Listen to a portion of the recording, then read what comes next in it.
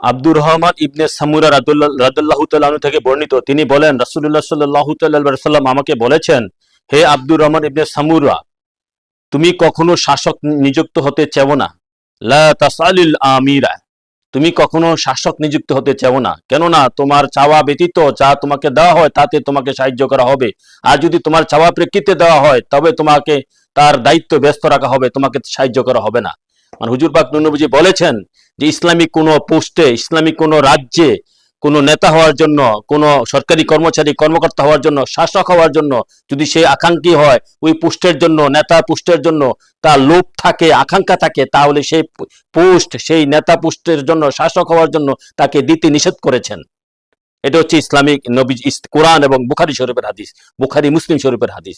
অন্য হাদিসে নবী পাক সাল্লাল্লাহু আলাইহি ওয়াসাল্লাম বলেছেন, যদি সে লোভ থাকে পোস্টের জন্য, শাসক হওয়ার জন্য, নেতা হওয়ার জন্য এবং সেই কর্মচারী কর্মকর্তা হওয়ার জন্য, তাকে সেই পোস্ট দিতে নিষেধ করেছেন।